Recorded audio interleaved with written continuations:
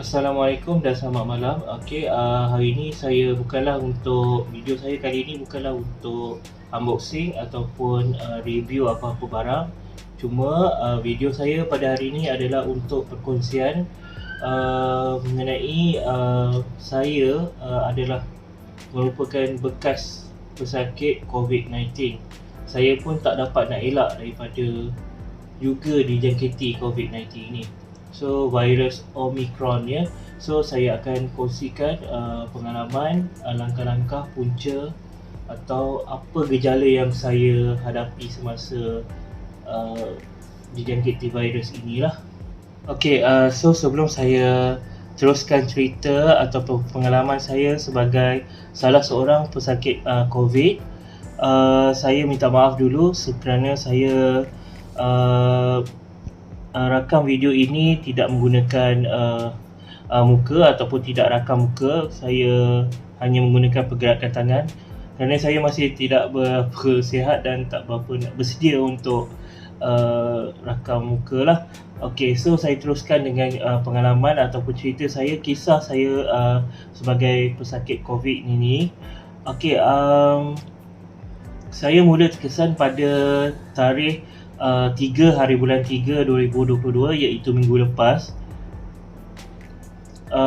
Saya pada ketika itu saya sudah rasa gatal-gatal tekak, saya dah rasa batuk dan sesemua. Kemudian datang dengan sakit-sakit sendi, rasa kurang selesa dan tidur pun tak berapa, rasa panas badan. Kemudian pada keesokan harinya, pada 4 hari bulan 3, saya rasa tak sedap hati. Kemudian saya mulakan test kit. Saya buat pemeriksaan kendiri menggunakan test kit iaitu ILEO, dan dapati memang pada 4 hari bulan 3 itu saya rasa saya dah positif dengan ada 2 bar di test kit saya itulah, tapi dia tak berapa jelas lagi. Tapi saya rasa mungkin saya dah terkena COVID ini, dah positif. Okey, kalau korang boleh tengok di sini, ini adalah test kit saya pada 4 hari bulan 3 2022 lah. Bahagian C ni bar dia memang dah jelas, tapi bahagian T ni dia dah ada bar tapi kurang jelas lah. Tetapi kalau kita tengok pada mata kasar memang dah ada nampak lah ya. Okey, kemudian pada hari kedua, 5 hari bulan 3, saya buat lagi sekali pemeriksaan kendiri iaitu menggunakan saliva test, test kit ni tadi. So memang dah confirm ya, pada bahagian bar kalau korang boleh perasan, bahagian C dan T ni dah terang dia punya bar lah. Memang sah saya dah dijangkiti COVID-19, positif lah. So saya bila dah dapat result yang macam ni, saya terus cepat-cepat update saya MySejahtera, dan saya kemas kini dekat sana. Dan dekat sana dia keluar mesej yang saya iaitu positif COVID-19 Omicron stage 2 ataupun kategori 2. So saya hanya update dekat dalam MySejahtera setiap hari lah, hampir setiap hari saya perlu update. Dan saya perlu membuat menjalani karantin kendiri secara kendiri di rumah. So dekat dalam MySejahtera tu dia memang ada letak, nanti saya akan tunjukkan kepada korang. Saya kena karantin selama daripada 5 hari bulan 3 sehingga 11 hari bulan 3 lah. So kalau korang nak tahu, hari ini adalah hari terakhir yang saya perlu karantin, kerana hari ini adalah 11 hari bulan. Esok 12 hari bulan MySejahtera saya akan berubah lah. InsyaAllah MySejahtera saya esok akan kembali normal seperti biasa. Tapi pada hari ini pun saya masih lagi ada rasa macam gatal tekak ataupun semua batuk sikit-sikit lah. Tapi Alhamdulillah hampir pulih lah saya rasa. Okay, so saya kongsikan hari pertama saya mengalami virus COVID ini. Pada hari pertama saya hanya merasa sakit-sakit badan, lenguh-lenguh badan, sakit sendi, panas badan luar dan dalam, sakit tekak dan mula rasa sesama. Yang ini pada hari pertama dia tak berapa nak kuat sangat. Saya mula terasa kesan dia yang lebih dahsyat sikit, yang lebih kuat sikit, iaitu pada hari kedua dan ketiga. Hari kedua dan ketiga ini memang saya rasa hari yang paling sakit lah. Saya hampir kelesuan dan saya tak bermaya pada 2 hari tu. Maknanya hari kedua saya dah hampir keseluruhan kesan sampingan saya dah rasa. Maksudnya saya kena demam, saya sesama, saya batuk, saya kelesuan. Saya memang tak bermaya pada hari kedua dan ketiga. Tetapi hari keempat tu saya dah berangsur pulih ya.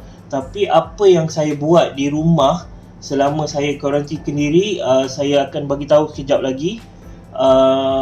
Kerana takkan kita nak duduk di rumah kuarantin dengan sakit macam tu, kita nak duduk saja tanpa ambil apa-apa ubat ataupun rawatan sendiri kan.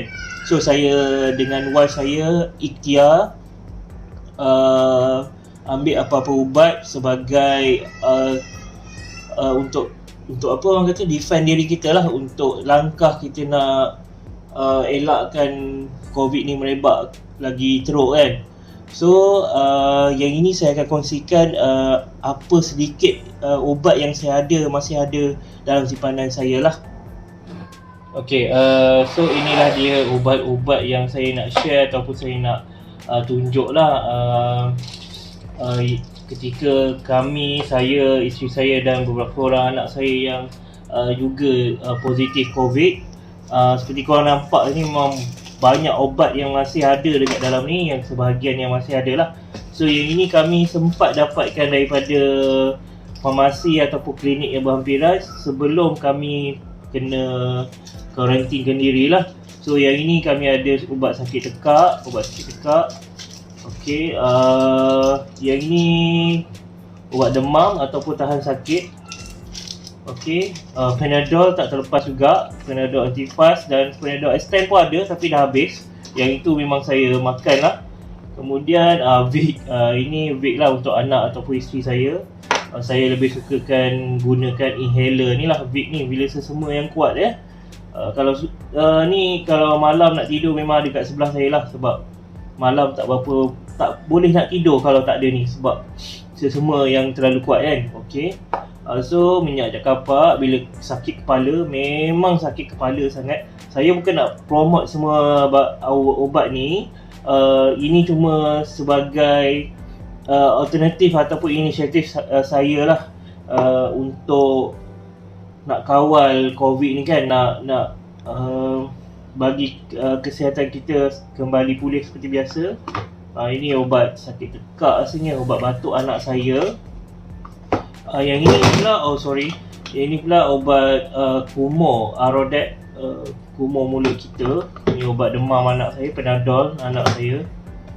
Okey, yang itulah ubat kumur, ubat batuk, ubat sakit tekak, banyak lah. Ini vitamin untuk anak saya. Okey, inilah ubat yang saya gunakan semasa beberapa hari yang agak teruk tu lah.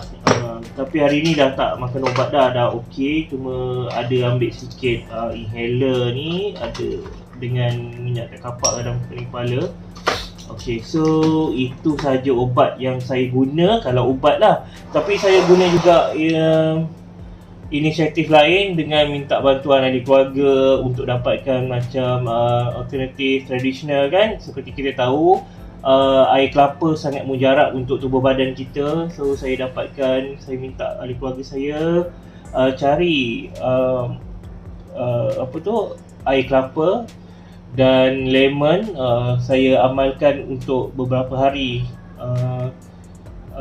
semasa saya sakit tu lah. So alhamdulillah dengan kuasa Allah, kesihatan saya sekarang bertambah baik. Dan saya cadangkan pada korang, saya suggestkan pada korang, memang bila kita kena COVID ni, kita perlu dapatkan air kelapa ni. Memang dia sangat mujarab ya. Okay, so saya nak kongsikan juga, dekat rumah saya memang saya standby lah. Macam test kit ini menggunakan air liur ya. Memang saya standby dekat rumah lah, kerana saya pun bekerja dan memang perlu buat test hampir setiap minggu lah. Yang ini untuk ujian kendiri, test kit menggunakan lubang hidung, kena jolok kat lubang hidung kita. So yang ini jarang saya pakai, so saya beli dalam 3-4 kotak macam tu je untuk standby lah. So sebenarnya yang ini lebih berkesan sebenarnya, tapi tak berani kita nak buat kan. Dah kalau terdesak ataupun rasa betul-betul perlu baru kita gunalah. Biasanya saya akan gunakan yang inilah, test kit menggunakan IDEO ya. Yang ini lebih mudah lah. Okey, selain tu juga saya ada beli satu barang ni lah, daripada Shopee, Healthy Lifestyle. Yang ini untuk sanitize rumah kita lah. Saya bukan nak unboxing dan saya bukan nak review barang ni. Saya memang beli, saya nak tunjuk. Kalau korang ada inisiatif lah ataupun ada duit lebih sikit, kalau dia rasanya tak mahal pun, dia dalam RM30-40 juga. Wah, saya yang beli ni. Kami nak sanitize rumah kami hari esok, pagi esok. Kalau boleh, yalah, kita tak nak anak-anak yang lain pun kena, ataupun kita sebagai inisiatif kita lah untuk buang, elakkan kuman-kuman ni kan. So yang ini saya bukan unboxing dan bukan nak review, just nak tunjuk lah. Maknanya korang pun kalau ada keperluan untuk dapatkan barang ni, boleh dapatkan di Shopee lah ya. Okay, so selain tu juga yang ini saya beli berasingan. Saya beli dengan kawan saya, itu kan dia punya apa ni, orang nak cakap, saya pun tak erti nak cakap apa ni. Dia punya ubat lah kan untuk sanitize rumah kita. Yang ini daripada Young Living, untuk cecair lah untuk kita gunakan untuk sanitize rumah. So yang ini mahal sikit, harga dia dalam 110. So okay, itu saja nasihat saya kepada korang yang alami COVID-19 ni. Virus sekarang Omicron memang cepat sangat merebak, so korang kena ambil serius. Korang jangan ambil mudah dengan virus ini.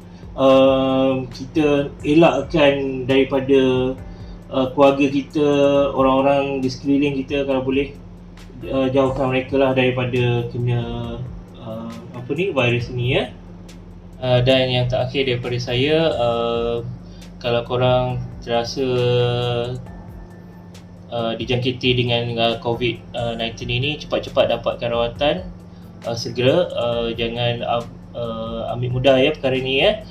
Sekali lagi lah saya cakap, dan yang terakhir saya minta maaf kalau saya daripada awal ataupun sampai akhir ni saya punya bahasa agak kurang baik ataupun berterabur. Saya minta maaf. Saya hanya spontan saja cerita berkenaan dengan saya punya pengalaman sebagai pesakit COVID-19.